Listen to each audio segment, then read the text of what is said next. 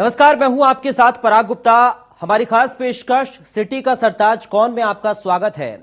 निकाय चुनाव पहले चरण के मतदान के बाद पार्टियां दूसरे चरण के मतदान के लिए चुनाव प्रचार में जुट गई हैं। जैसे जैसे मतदान की तारीख नजदीक आ रही है, वैसे वैसे सियासी गलियारों में हलचल तेज हो गई है।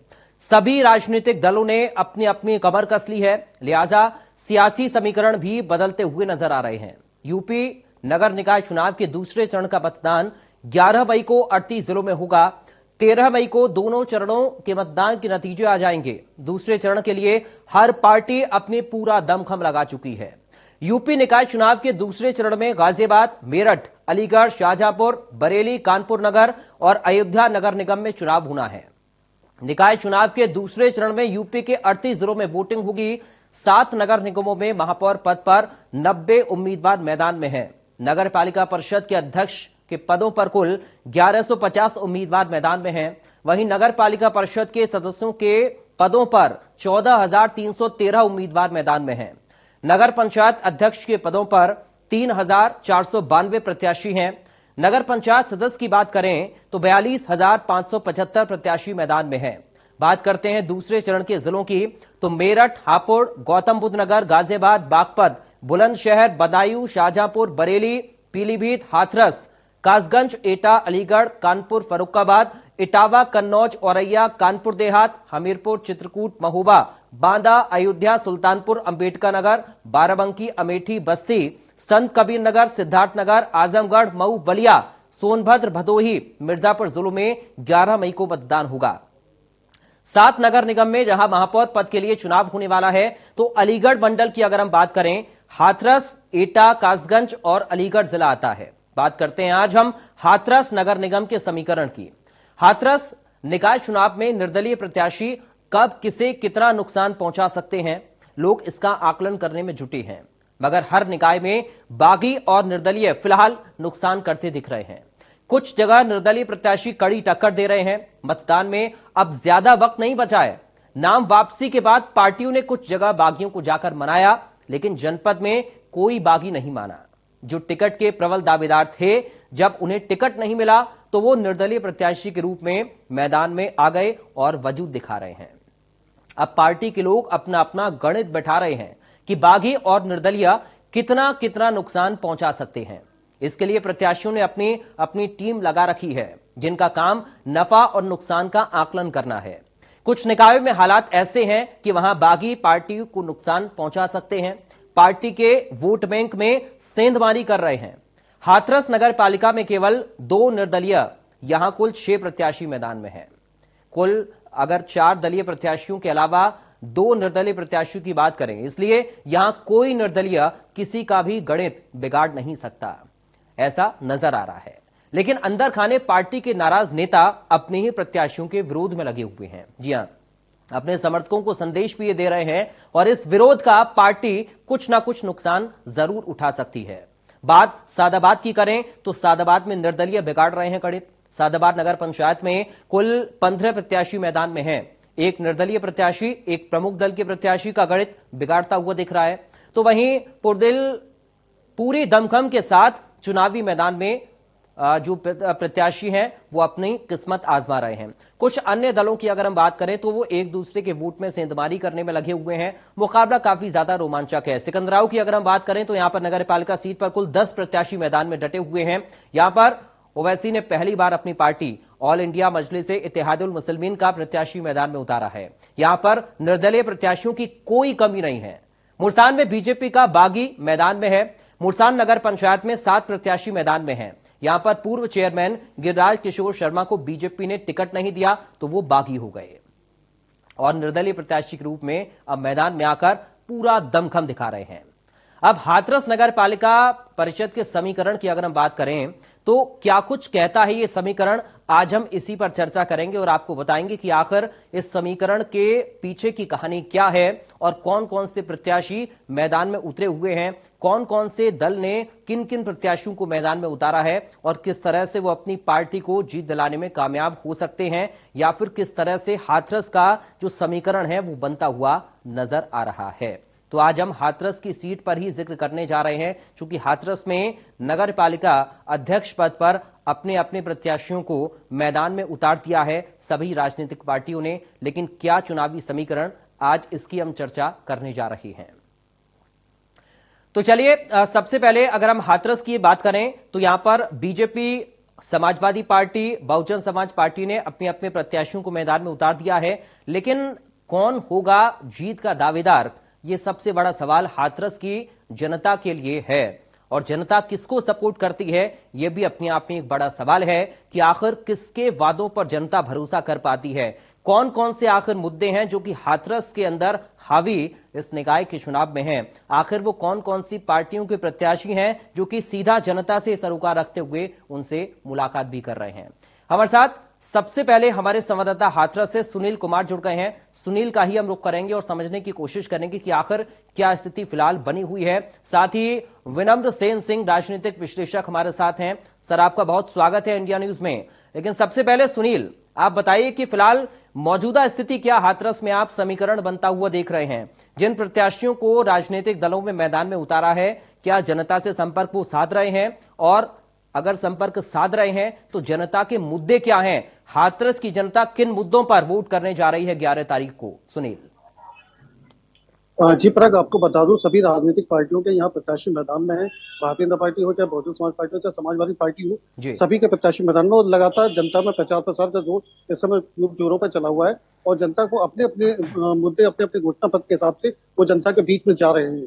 और जहां तक अगर हाथरस में विकास की बात कही जाए तो हाथरस में तमाम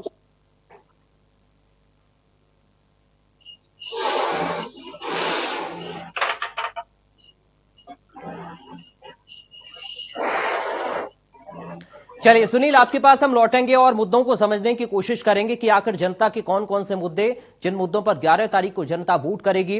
विनम्र सेन सिंह सर, आपके पास मैं आ रहा हूं। कैसे हाथरस के समीकरण को आप देख रहे हैं? क्योंकि अगर हाथरस सीट की अगर हम बात करें तो भारतीय जनता पार्टी का कब्जा लगातार यहां पर रहा। 2006 में भले ही बहुजन समाज पार्टी के कैंडिडेट ने यहां पर जीत दर्ज की हो, लेकिन बीजेपी की यह सीट रही है। इस बार के समीकरण पर आपका एनालिसिस क्या कुछ कह रहा है? भारतीय जनता पार्टी, देखिए, इस बार के एनालिसिस में भी निश्चित तौर पर और पार्टियों से एक कदम आगे दिखाई पड़ती जी। लेकिन एक सवाल यह है कि भारतीय जनता पार्टी के हाथरस में ही बागी नेता या जो असंतुष्ट नेता है जी, वो थोड़ा नुकसान पहुंचाने का प्रयत्न करते हुए दिखाई पड़ रहे हैं। भारतीय जनता पार्टी के नेताओं को यह आवश्यकता है कि उन असंतुष्ट नेताओं को, उन बागी नेताओं को शीघ्रातिशीघ्र उनको अपने कॉन्फिडेंस में लें।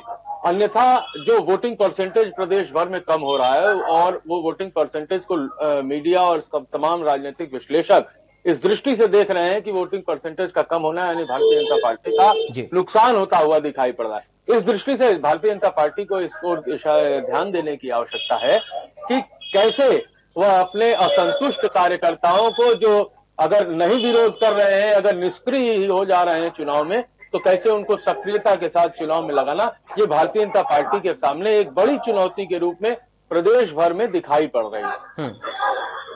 अगर मौजूदा स्थिति की हम बात करें तो सीमा विस्तार के बाद चूंकि वोटर्स की संख्या भी बढ़ गई है, स्थानीय मुद्दे बहुत ज्यादा निकाय चुनाव में सर हावी होते हैं। लेकिन क्या स्थानीय मुद्दों पर इस बार आप चुनाव देख रहे हैं? क्योंकि राजनीतिक पार्टी के प्रत्याशियों की या फिर नेताओं की हम बात करें तो प्रादेशिक मुद्दों को भी उतनी ज्यादा तरजीह दी जा रही है, उतनी ज्यादा विकास की बातें बीजेपी के जो नेता हैं वो करते हुए नजर आ रहे हैं, प्रदेश की सरकार का हवाला देते हुए। एक चीज, ये भारतीय जनता पार्टी ने एक चीज अपने पक्ष में इस निकाय चुनाव में की है जी, कि वह ये स्थानीय मुद्दों के बजाय राज्य स्तरीय मुद्दे या राष्ट्रीय मुद्दों को इस चुनाव में भी केंद्र में ला दिया जी। और इस चुनाव में केंद्र में लाने का पहला फार्मूला उन्होंने ट्रिपल इंजन की सरकार की टर्मिनोलॉजी प्रयोग करके किया, यानी केंद्र सरकार, राज्य सरकार और अब फिर नगर निकाय की सरकार। तो इसको नगर निकाय की सरकार को केंद्र सरकार से जोड़ते ही उसकी योजनाएं, उसके योजनाओं का जो ग्रामीणों को या गरीबों को या मजदूरों को या किसानों को या बीमार लोगों को या बेरोजगारों को जो लाभ मिल रहा है, उसको फिर गिनाना और उसका फिर लाभ लेना अपने इस चुनाव में, तो ये एक एजेंडा सेट किया है भारतीय जनता पार्टी ने, और उस एजेंडे पर भारतीय जनता पार्टी निश्चित तौर पर आप देखिए तो सफल होती दिखाई पड़ रही है। सारा प्रदेश का नगर निकाय चुनाव भारतीय जनता पार्टी के मुताबिक राज्य और केंद्र इन दोनों के मुद्दों पर, इन दोनों की उपलब्धियों पर सेटल होता जा रहा है और सेट होता जा रहा है। ये एक बड़ी उपलब्धि भारतीय जनता पार्टी, और यहाँ पर विफल होती दिखाई पड़ रही है समाजवादी पार्टी, जो आज प्रदेश में प्रमुख विपक्ष के नाते स्थापित है। उसकी ये जिम्मेदारी थी कि नगर निकाय के चुनाव में स्थानीय मुद्दों को तरजीह से मतलब पूरे जोरदार ढंग से उठाती और उस पर केंद्रित करती चुनाव को, तो शायद नतीजा कुछ समाजवादी पार्टी के पक्ष में और समाजवादी पार्टी थोड़ा और मजबूती से इस चुनाव को लड़ पाती। लेकिन समाजवादी पार्टी इस मुद्दे पर विफल होती दिखाई पड़ रही है। वह अपना एजेंडा सेट करने के बजाय भारतीय जनता पार्टी के एजेंडे में पूरी तरह से स्वयं सेट होकर होती हुई दिखाई पड़ रही है। ठीक है सुनील, एक बार फिर से वर्षा जुड़ गए हैं। सुनील, मौजूदा जो प्रत्याशी हैं अलग अलग दलों के, वो जनता से क्या संपर्क साध रहे हैं और सीधी टक्कर आप किन पार्टियों के बीच में देख रहे हैं? क्योंकि भारतीय जनता पार्टी का कब्जा हाथरस की सीट पर रहा, उधर समाजवादी पार्टी की कोशिश है, क्योंकि मुख्य विपक्षी दल उत्तर प्रदेश में है, कि हाथरस की सीट पर भी अपना कब्जा जमाया जाए। कांग्रेस पार्टी को जनता ने मौका नहीं दिया है, लेकिन बहुजन समाज पार्टी के जो कैंडिडेट पार्टी ने खड़े किए हैं वो कितना ज्यादा चुनाव प्रचार में व्यस्त हैं, जनता से सीधे संपर्क कर रहे हैं, कितनी और क्या टक्कर किसके बीच में सुनील आप देख रहे हैं? जी पराग, आपको बता दूं, यहाँ भारतीय जनता पार्टी का पिछले 10 साल से नगर पालिका पे कब्जा है। अभी पिछले कार्यकाल में आशीष शर्मा यहाँ भारतीय जनता पार्टी से नगर पालिका अध्यक्ष है। उनसे पहले यहाँ डॉली माहौल थी, वो भी भारतीय जनता पार्टी की से यहाँ पे नगर पालिका अध्यक्ष है। लेकिन दोनों बार यहाँ पे दूसरे नंबर पर बहुजन समाज पार्टी को देखने को मौका मिला। नीतू उपाध्याय पिछले चुनाव में यहाँ दूसरे नंबर पर थी, और इस बार भी सीधे तौर पर अगर देखा जाए तो यहाँ बहुजन समाज पार्टी के प्रत्याशी है संजय प्रमोद, वो सीधे तौर पर टक्कर भारतीय जनता पार्टी की जो प्रत्याशी श्वेता दिवाकर उनको दे रहे हैं। क्योंकि यहाँ पर जो SC vote bank first seat है, जो बहुजन समाज पार्टी का जो कोर वोट कहा जाता था, वो यहाँ काफी बड़ी मात्रा में है, और वो एक तरफ देखा जाए तो बहुजन समाज पार्टी की तरफ जाता हुआ दिख रहा है। क्योंकि यहाँ समाजवादी पार्टी ने भी एक जाटव समाज के कैंडिडेट को ही टिकट दिया है, लेकिन अभी जो रुझान है, जो बहुजन समाज कोर वोट है, वो टूटने के भी चांसेस कम है, जो सीधे तौर पे भी बहुजन समाज पार्टी की तरफ जाता हुआ दिख रहा है। और सीधे तौर पे अगर भारतीय जनता पार्टी को अगर कोई माने तो बहुजन समाज पार्टी के जो कैंडिडेट संजय प्रमोद है, वो सीधे तौर पर उनको टक्कर दे रहे हैं। जी विनम्र सिंह जी, इस बार हाथरस की सीट पर अगर हम देखें तो मुकाबला काफी ज्यादा दिलचस्प है, क्योंकि एक तरफ भारतीय जनता पार्टी ने पूर्व सांसद राजेश दिवाकर की पत्नी श्वेता दिवाकर को टिकट दिया है। अब यहां पर खुद राजेश दिवाकर की साख भी दांव पर लगी हुई है। उधर अजीम अरुण की अगर हम बात करें तो लगातार उनकी साख भी दांव पर है, चूंकि प्रभारी मंत्री हैं और लगातार उन्होंने दौरा भी किया, हाथरस की जनता के साथ संपर्क भी उन्होंने साधा है। अब अगर हम समाजवादी पार्टी के कैंडिडेट की बात करें तो लल्लन बाबू पहले भी निर्दलीय अपनी किस्मत आजमा चुके हैं, लेकिन मौजूदा दौर में समाजवादी पार्टी के टिकट पर क्या उनको जीत मिल पाएगी, ये अपने आप में एक बड़ा सवाल बना हुआ है। तो ये मुकाबला क्या दिलचस्प हम मानकर चलें सिंह साहब? देखिए, बिल्कुल हाथरस का मुकाबला बहुत दिलचस्प मुकाबला होगा।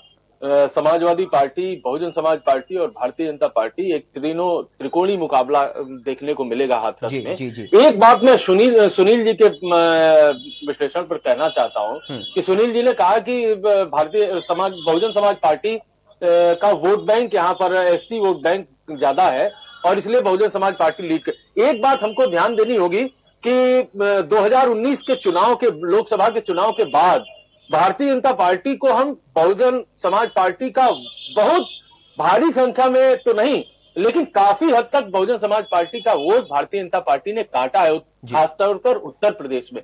इसलिए ये कहना कि पूरा SC vote Bahujan Samaj party के पक्ष में जाएगा, ये आज की स्थिति में आप ये नहीं कह सकते। उसका दो कारण है। एक तो बहुत तेजी से भारतीय जनता पार्टी ने SC समाज के लिए काम किए हैं, उनको तमाम योजनाओं से लाभ पहुंचाया है, जिससे सीधे लाभान्वित हो रहे हैं SC समाज के लोग। और दूसरी बात जो सबसे महत्वपूर्ण है वो मायावती की निष्क्रियता, उनकी राजनीतिक पकड़ जो प्रदेश में कम हो रही है, जो उनकी शिथिलता है राजनीतिक, उससे भी कहीं ये दलित वर्ग के लोग, ये जो SC समाज के लोग ये विचलित हुए हैं कि क्या मायावती के अंदर अब नेतृत्व करने की क्षमता नहीं रही, और इसलिए कहीं समाजवादी पार्टी के आतंक से बचने के लिए वो कहीं ना कहीं भारतीय जनता पार्टी का दामन थामते हुए प्रदेश भर में दिखाई पड़ रहे हैं। इसलिए हाथरस में भी वो पुरानी चीज जो एक तरफा बहुजन समाज पार्टी की तरफ एससी वोट जाते थे वो नहीं दिखाई पड़ेगी। लेकिन बावजूद इसके मैं कह रहा हूं कि अधिकांश अभी भी माने प्रतिशत में देखें आप तो 70%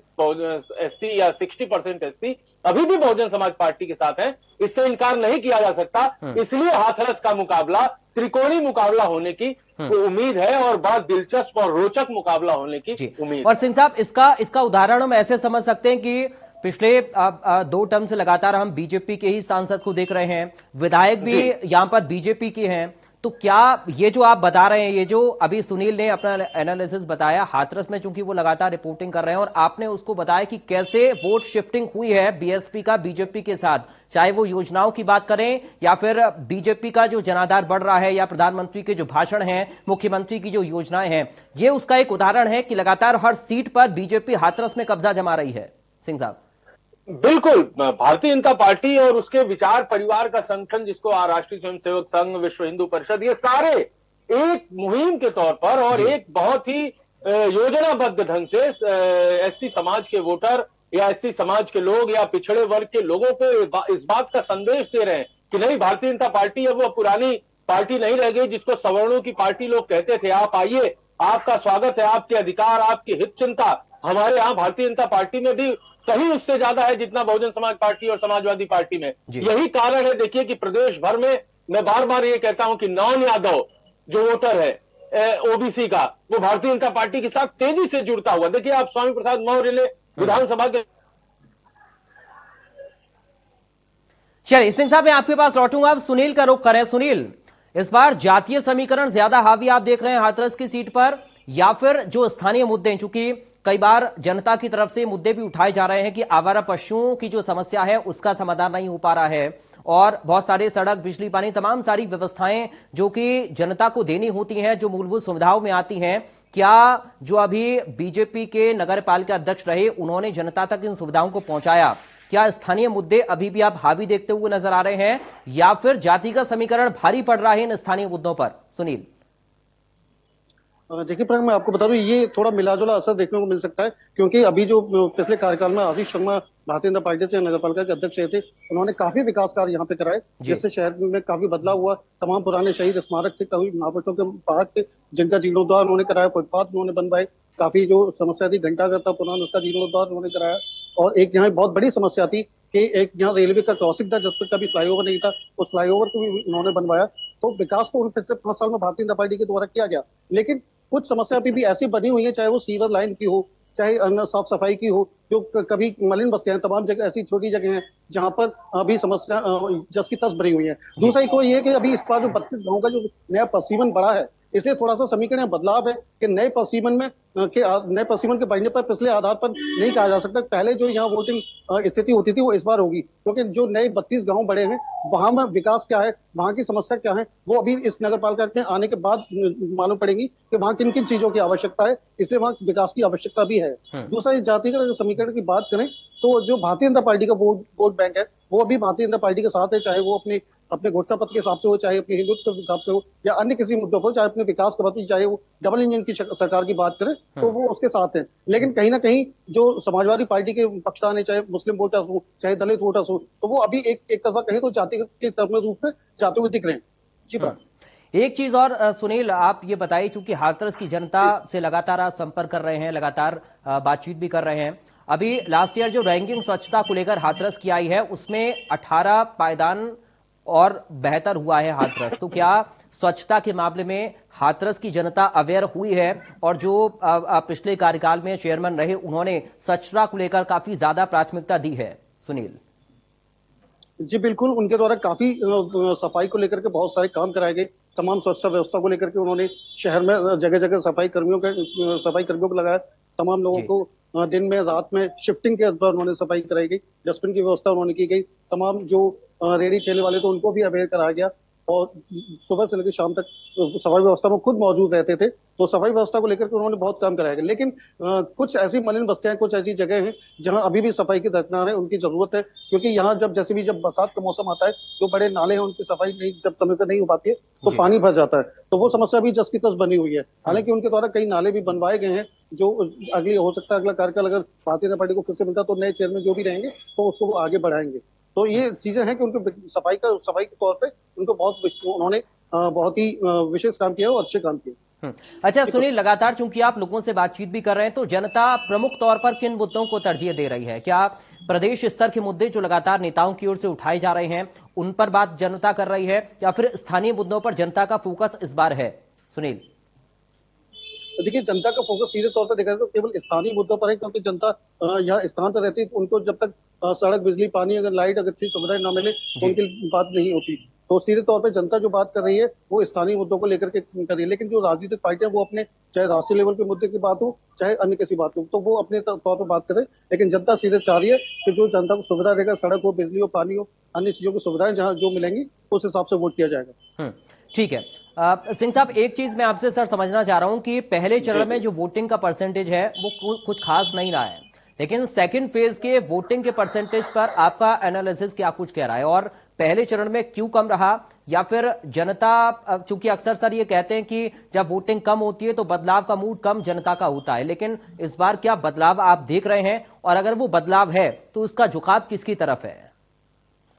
वोटिंग परसेंटेज कम होने से ये ज्यादातर ये माना जाता है कि जनता का मूड बदलाव का कम है जी। इस बार ये ट्रेंड नया सुनने में आ रहा है कि बदलाव का मूड है, इसलिए वोटिंग कम हो रही है। मेरे ख्याल से ये नया ट्रेंड फेल होगा और पुराना मानक ही माना जाएगा। बदलाव का मूड भारतीय जनता पार्टी या और जहां जहां पर वोटिंग कम हुई है, जहां पर समाजवादी पार्टी के नगर पालिका अध्यक्ष होंगे, बदलाव का मूड नहीं है, लोगों का तभी उस उत्साह के साथ वोट देने नहीं जाते। ये एक बड़ा विचारणीय प्रश्न है कि आप इतने बड़ी विश्व की हम पांचवी बड़ी अर्थव्यवस्था होने जा रहे हैं, प्रदेश में इतना विकास हो रहा है, हमारे शिक्षा पर, रोजगार पर सरकारें इतना पैसा खर्च कर रही है, चाहे किसी की सरकार हो, समाजवादी पार्टी की रही हो, बसपा की रही हो, आज भाजपा की है, शिक्षा और रोजगार पर और तमाम सुविधाओं पर जनता के लिए मैंने सरकारें काम करती हैं। लेकिन जहां जनता की जिम्मेदारी होती है कि वह जाकर लोकतंत्र के इस महापर्व में अपनी प्रतिभाग करे, एक सही सरकार, एक सही नेतृत्व चुने, तो जनता उसके प्रति उदासीन होती है। इस पर एक गंभीर विचार होना चाहिए। ये बड़ा नुकसानदेह है लोकतंत्र के लिए। एक छोटी सी बात में, आप अभी जातीय समीकरण की बात कर रहे थे कि जातीय मुद्दे क्या इस चुनाव में हावी रहेंगे या किसी तौर पर। एक महत्वपूर्ण बात देखने की यह है राजनीति के, भारत के बदलते हुए राजनीतिक परिदृश्य की दृष्टि से, कि 2014 के चुनाव के समय भारतीय जनता पार्टी ने जो मुहिम शुरू की कि पूरे भारत में जाति केंद्रित राजनीति को बदलकर धर्म केंद्रित या राष्ट्रीय केंद्रित राजनीति में बदलना, इसमें कहीं न कहीं आज 2023 में जब हम खड़े हैं तो उसमें एक बदलाव हमको दिखाई पड़ रहा है। इसीलिए देखिए, समाजवादी पार्टी भी अब जाति केंद्रित बात नहीं कर रही है, बहुजन समाज पार्टी भी अब जाति केंद्रित बात नहीं कर रही है, और भारतीय जनता पार्टी भी अब जाति के मुद्दों पर बात करना, एक ये बड़ी सफलता भारतीय जनता पार्टी ने इस भारतीय राजनीति में। बहुत शुक्रिया विरम सिंह सेन साहब, आपका बहुत शुक्रिया अपने एनालिसिस के लिए। इसके साथ ही सुनील, आपका बहुत शुक्रिया तमाम जानकारी और हाथरस की जनता की राय सीधे हमारे दर्शकों तक पहुंचाने के लिए। तो आज सिटी का सरताज कौन में हमने हाथरस की सीट पर चर्चा की है और यह समझने की कोशिश की है कि आखिर क्या मूड है हाथरस की जनता का। आने वाले 11 तारीख को आखिर किसके पक्ष में मतदान होगा और 13 तारीख को नतीजे ये बताएंगे। फिलहाल इंतजार इस बात का करिए। नमस्कार।